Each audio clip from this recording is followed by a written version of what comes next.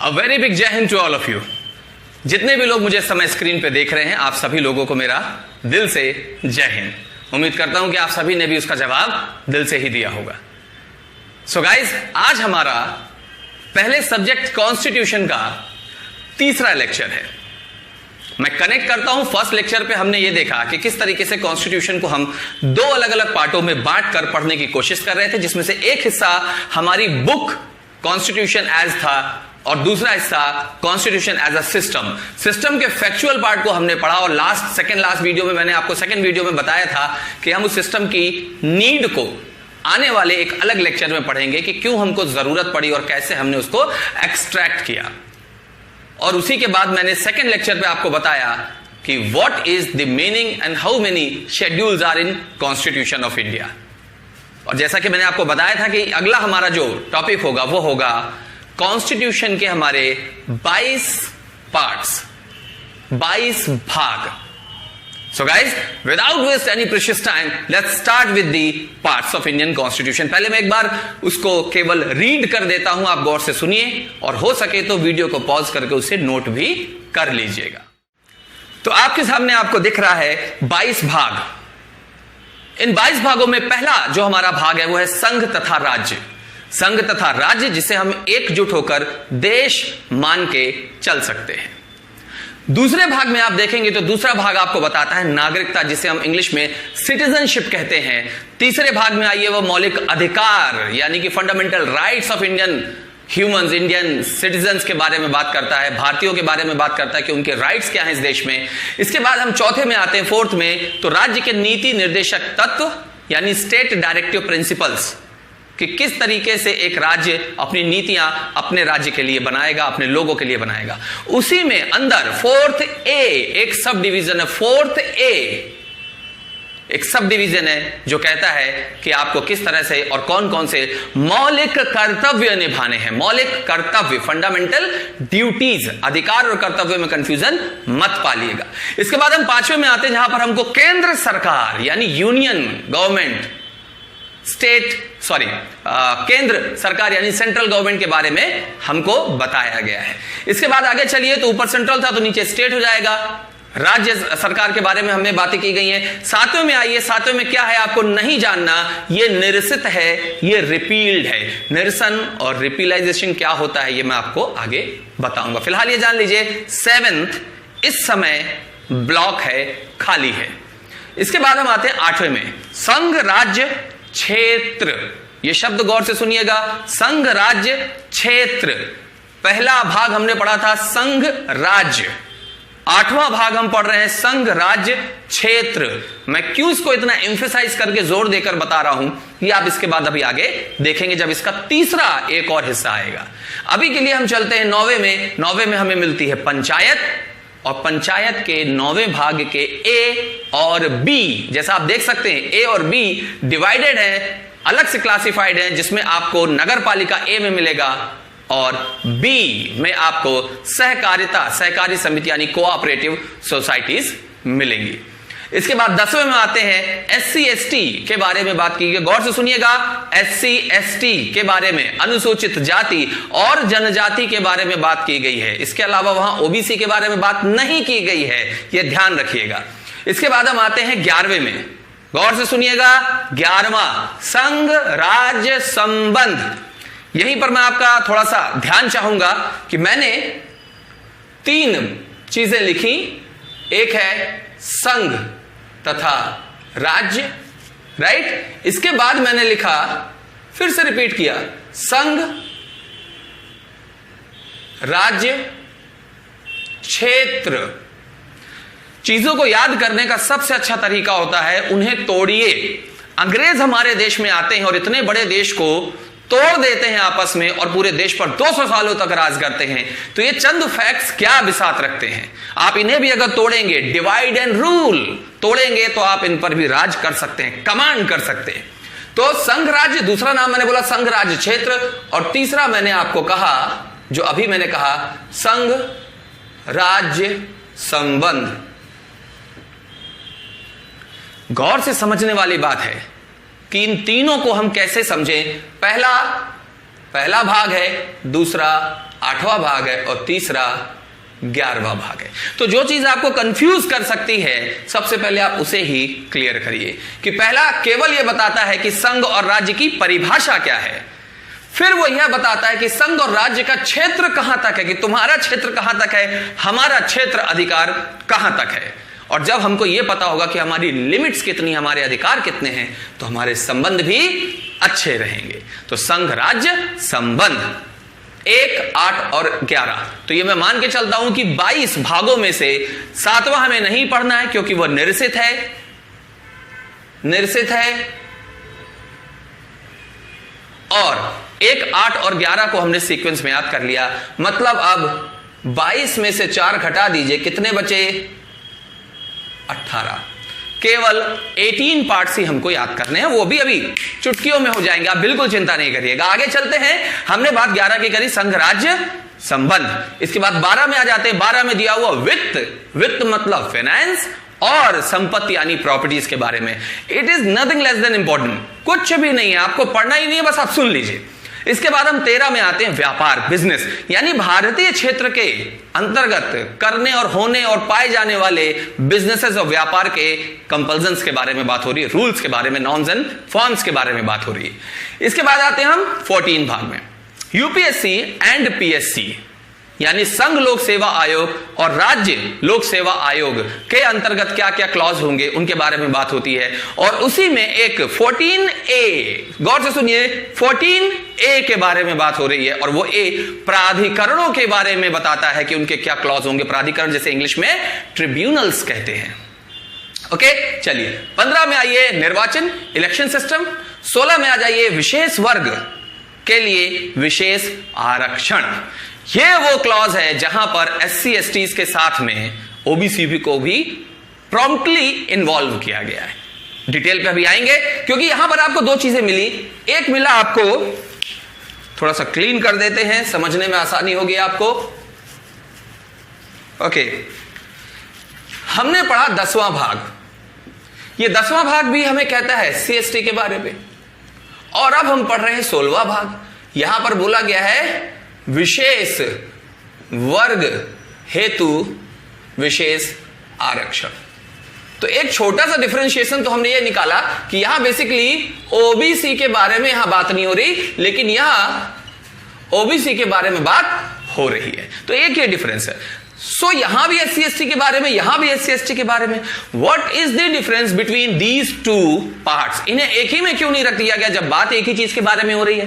तो एक्चुअली आपका प्रश्न ही आपका जवाब है कि यहां पर बात एक ही चीज के बारे में नहीं हो रही है, उस एक ही चीज के 2 अलग अलग पहलुओं के बारे में। और वो चीज क्या है? SC ST।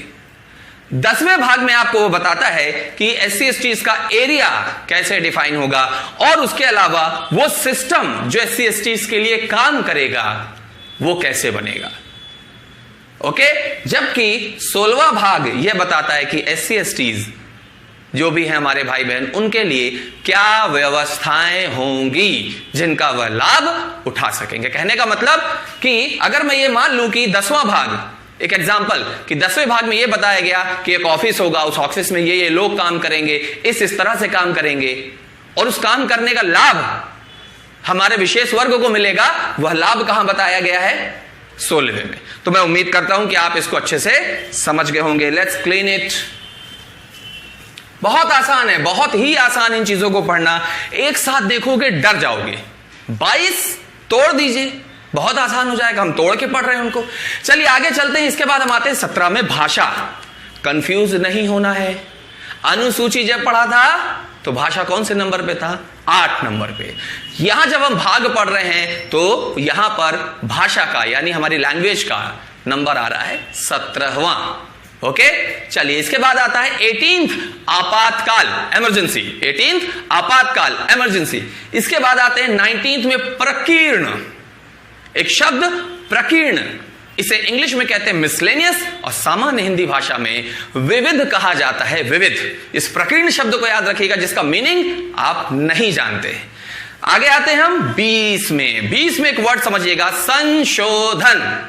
संशोधन, धन शब्द को पकड़ के रखिएगा। 20वां भाग है संशोधन। 21वें में आते हैं। यहां पर सबसे बड़ा कंफ्यूजन होता है लोगों को कि हमसे ये कई बार ये क्वेश्चन भी पूछा जाता है कि सर 21वें भाग में जम्मू एंड कश्मीर के बारे में दिया हुआ था, अब तो वो विशेष राज्य है नहीं, तो क्या 21वां भाग खत्म हो जाएगा? नहीं सर, ये आपकी अधूरी जानकारी का परिणाम है।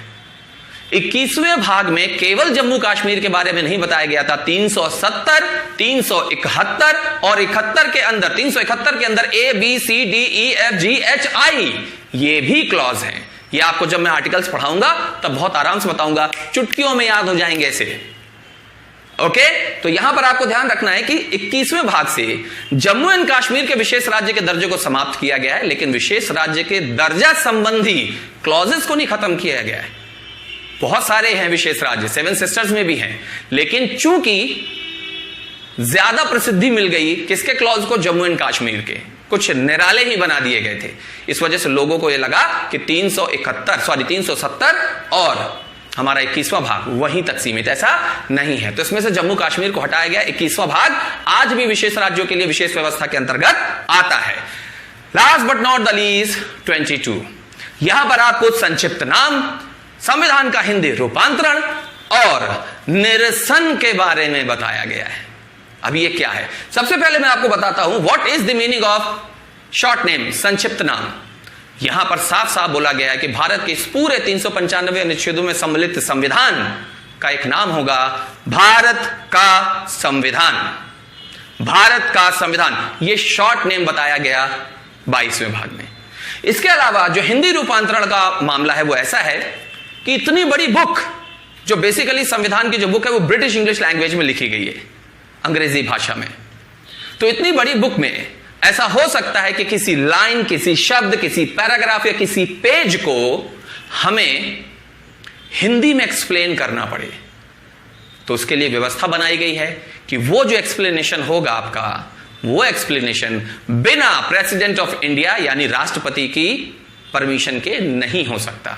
यानी अगर आपको संविधान के किसी भी पेज, किसी भी पैराग्राफ, किसी लाइन या किसी वर्ड को हिंदी में रूपांतरित करके एक्सप्लेन करना है, जरूरत है जहां, तो उसके लिए आपको किसकी परमिशन की जरूरत पड़ेगी? The honourable president of India, Bharat के सम्माननीय, सर्वसम्माननीय राष्ट्रपति जी की आज्ञा की जरूरत पड़ेगी। इसके अलावा निरसन शब्द क्या है, बहुत शॉर्ट में समझना इस बात को। मान लीजिए कि मैंने एक ब्लॉक बनाया, यह है 395 अनुच्छेद पूरे लिखे हुए। अब इस ब्लॉक की विशेषता यह है कि इस ब्लॉक के अंदर अगर मैं 395 अनुच्छेदों में से किसी भी आर्टिकल का नंबर मेंशन कर दूंगा, फॉर एग्जांपल 31, तो वो यहां से 31 तो लिखा रहेगा लेकिन वो निरसित हो जाएगा, यानी निरस्त के करीब।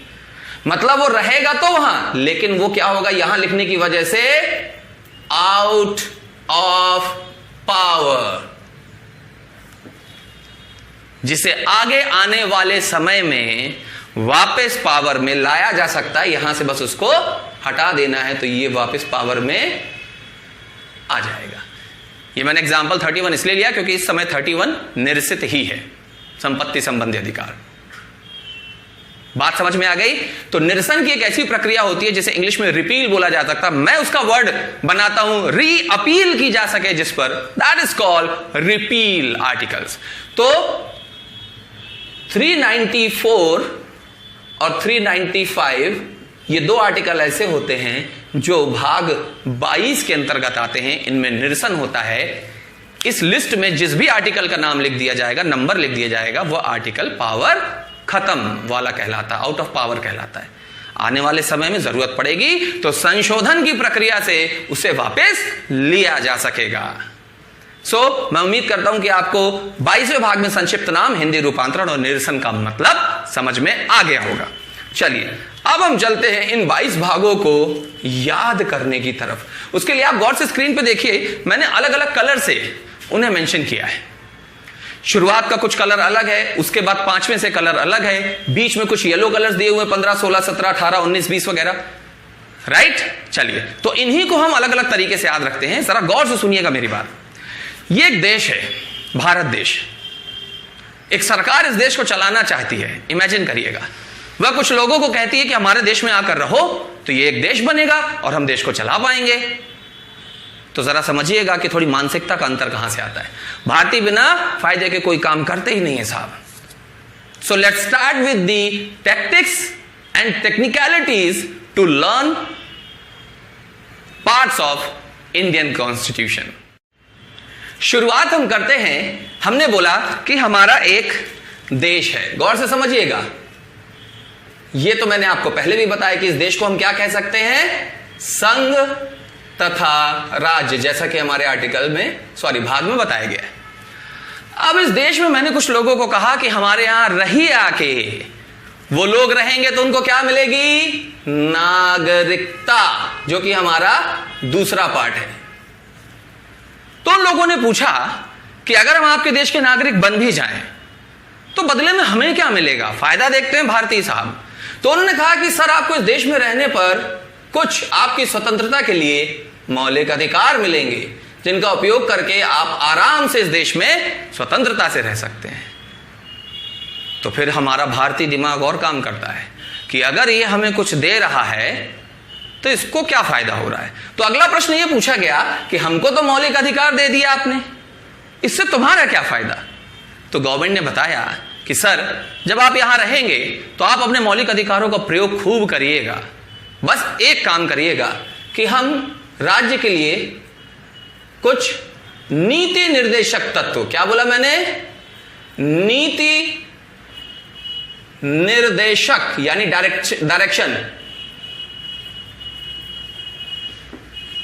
ऐसे कुछ पॉइंट्स बनाने वाले हैं जो किसी भी स्टेट की पॉलिसीज को डिफाइन करेंगे।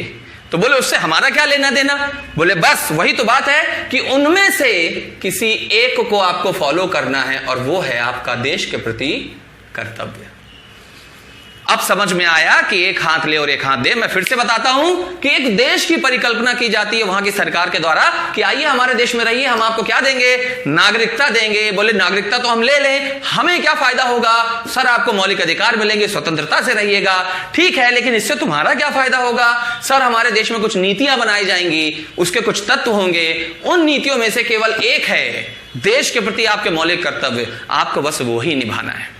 तो भाई साहब सब तैयार हो गए, राजी खुशी हो गए। तो काम करने के लिए सबसे पहले किसका नंबर आएगा, केंद्र सरकार का यानी संघ, और उसके पीछे कौन काम करता है, राज्य सरकार यानी कि स्टेट। गौर से देखिए, भाग नंबर 1, भाग नंबर 2, भाग नंबर 3, भाग नंबर 4, 4 का ए, फिर 5 और ये 6। और आपको मैंने बताया कि 7th क्या है, रिपील्ड है, उसे आपको नहीं पढ़ना।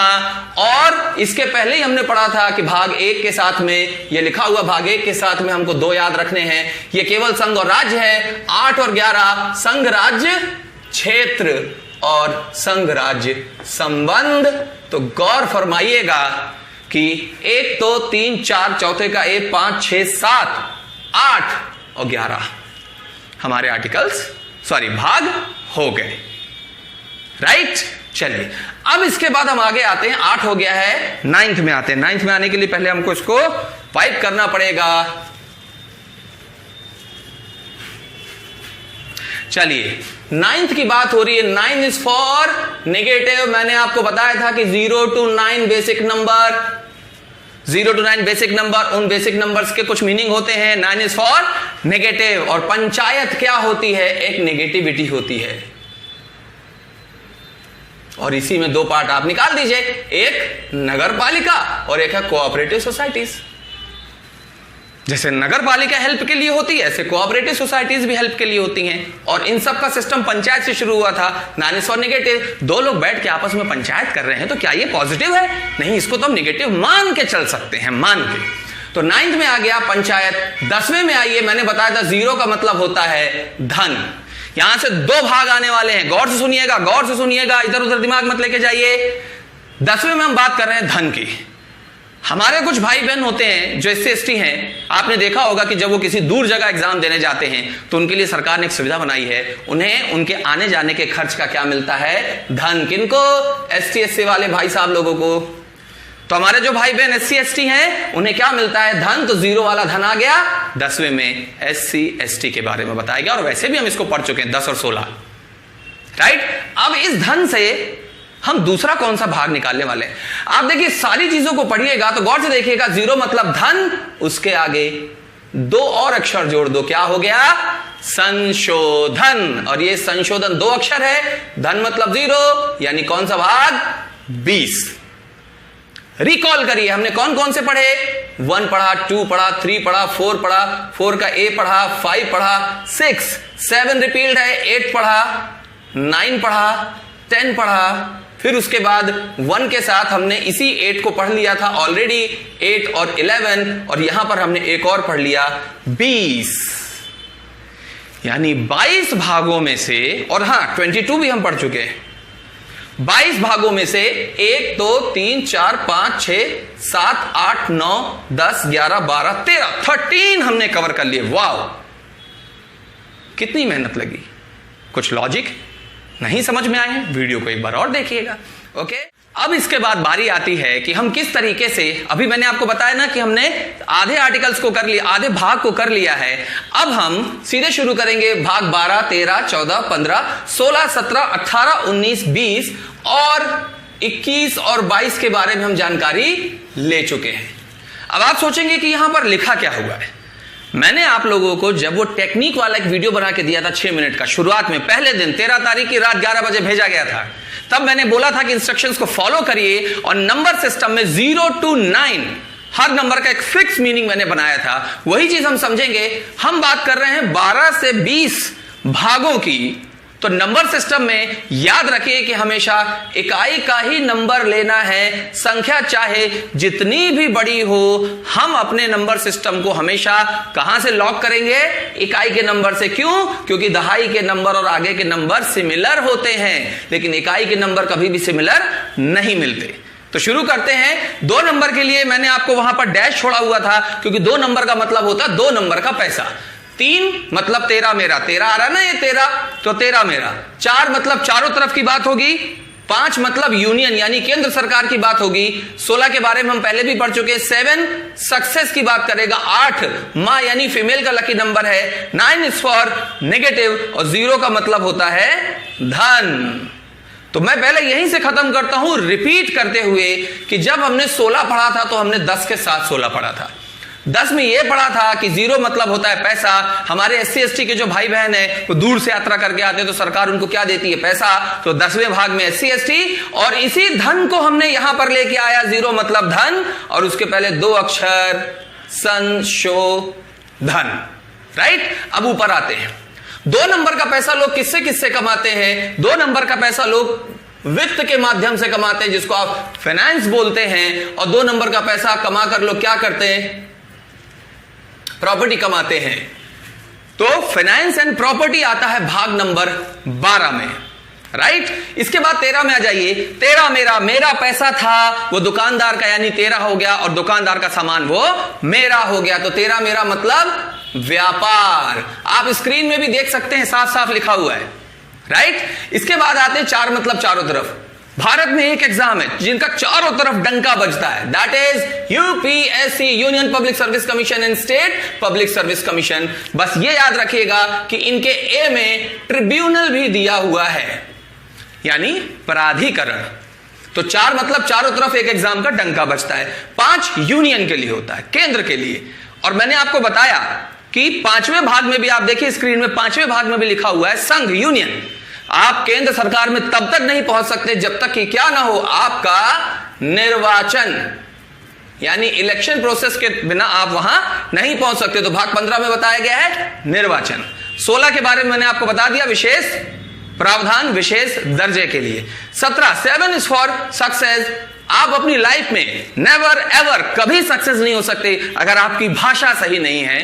तो आज हमारे मोदी जी इतने सक्सेसफुल प्राइम मिनिस्टर बन रहे हैं, और वो किस बारे में बात करते हैं? लोग उनके बारे में क्या बात करते हैं? उनकी वाक्पटुता के बारे में। बोलने का तरीका आपका बड़ा महत्वपूर्ण होता है, क्योंकि बोलने का एक चांस ऊपर वाले ने इंसान को दिया है, वो हमारी स्पेशलिटी होती है। तो यहां आ गया भाषा। लेकिन भूलिएगा मत एंड कंफ्यूज मत होइएगा। जब हमने अनुसूचियां पढ़ी थी, स्केड्यूल, तो वहां 8वें में भाषा थी। 8 मतलब मां, मातृभाषा। और जब हम भागों में आ गए तो 17वें भाग में भाषा है। 7 इज फॉर सक्सेस। 8 मां के लिए लकी नंबर है, फीमेल। आपको भी पता है कि किसी फीमेल के केस में आप फंसे, आपकी लाइफ में आपातकाल आ जाएगा। और याद रखिए, अगर मां नाराज हो गई घर में तो आपातकाल, घोर आपातकाल। तो यहां पर क्या आता है? आपातकाल, इमरजेंसी। 9 is for negative. मैंने एक वर्ड यूज किया था, प्रकीर्ण। अब सोचिए, अगर मैं आपसे कहूं कि प्रकीर्ण शब्द का मतलब आपको बताना, तो आप नहीं बता पाएंगे। तो ये पॉजिटिव हुआ, नेगेटिव हुआ, ये नेगेटिव हुआ, जिसका अर्थ होता है मिसलेनियस, यानी कोई चीज मिस हो गई तो पॉजिटिव हुई या नेगेटिव हुई, वो नेगेटिव हुई। और विविध, ऐसे तथ्य जिनका सिर पैर ना हो, वो विविध के अंतर्गत आता है। तो जिसका आगा पीछा नहीं, वो भी नेगेटिव है। तो 19th में क्या आएगा? मिसलेनियस, यानी प्रकीर्ण। 20 के संशोधन में आपको बता चुका हूं। इसके बाद बिल्कुल शॉर्ट में लीजिए 21। तो यहां कौन सा नंबर? 1 for unique. और यूनिक मतलब विशेष, विशेष राज्य का विशेष दर्जा, जिसमें जम्मू कश्मीर को अलग कर दिया गया है। बाकी आर्टिकल 370 को अलग करने के बाद 371 और 371 का A, B, C, D, E, F, G, H, I अभी भी बाकी है, वो हम आर्टिकल्स में आगे पढ़ेंगे। और इसके बाद 22 में आपको पहले भी बता चुका हूं, जिसके अंतर्गत क्या आता है? हमारी संक्षिप्त नाम, हिंदी रूपांतरण और निरसन। तो याद रखिए, एक रिकॉल मार रहा हूं मैं 22 भागों का। सबसे पहला हमने कहा हमारा देश होगा। देश मतलब केंद्र और राज्य, राइट? जैसे ही हमने पहला पढ़ा तो पहले के साथ में 8वें और 11वें को कहा केंद्र राज्य संबंध और केंद्र राज्य क्षेत्र। हमारा देश होगा। देश में हमें चाहिए कुछ लोग रहने के लिए, जिन्हें हम क्या देंगे? नागरिकता। और नागरिकता मिलेगी तो अगला व्यक्ति पूछेगा हमें क्या मिलेगा? तो देश ने कहा मौलिक अधिकार। तो बदले में हमसे क्या चाहते हो? तो इस राज्य के नीति निर्देशक तत्वों में से एक आपको फॉलो करना है, और वो है मौलिक कर्तव्य। काम करने के लिए शुरू हो जाइए तो पहला काम करती है केंद्र सरकार, उसके पीछे आती है राज्य सरकार। तो ये देखिए, भाग नंबर 1, 2, 3, 4 का A, 5 और 6 फिनिश। 7th निरसित है, उसे अभी इस समय आउट ऑफ पावर रखा गया है। 8th हम पढ़ चुके हैं, 11 हम पढ़ चुके हैं। 9 is for negative. Panchayat negative होता है। 2 लोग बैठ के पंचायतिया रहे हैं, क्या ये सही बात है? बिल्कुल नहीं, गलत बात है। और 9th के A और B में सिंपली नगर पालिका और कोऑपरेटिव सोसाइटी। 10 में आ जाइए। 10 में आते ही आपको 10 से 16 निकालना है। SC/ST और SC/ST में विशेष प्रावधान, विशेष आरक्षण। और 10 से ही धन से आप 20 निकाल लीजिए, संशोधन।